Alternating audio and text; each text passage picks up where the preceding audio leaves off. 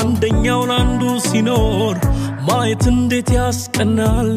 እስኪ አንቺ ልጠይቅሽ ልብሽ ግን ምን ወስኗል እቱ ተሻለሽቱ ያንቺ ላላቅም የኔ ጎዳኝ ብቸኝነቱ እቱ ተሻለሽቱ ያንቺ ላላቅም የኔ ጎዳኝ ብቸኝነቱ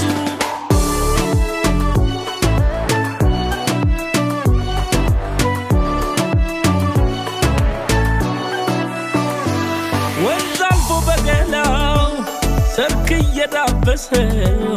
ሸካራውን ድንጋይ ያለሰለሰው ተመልከቺውማ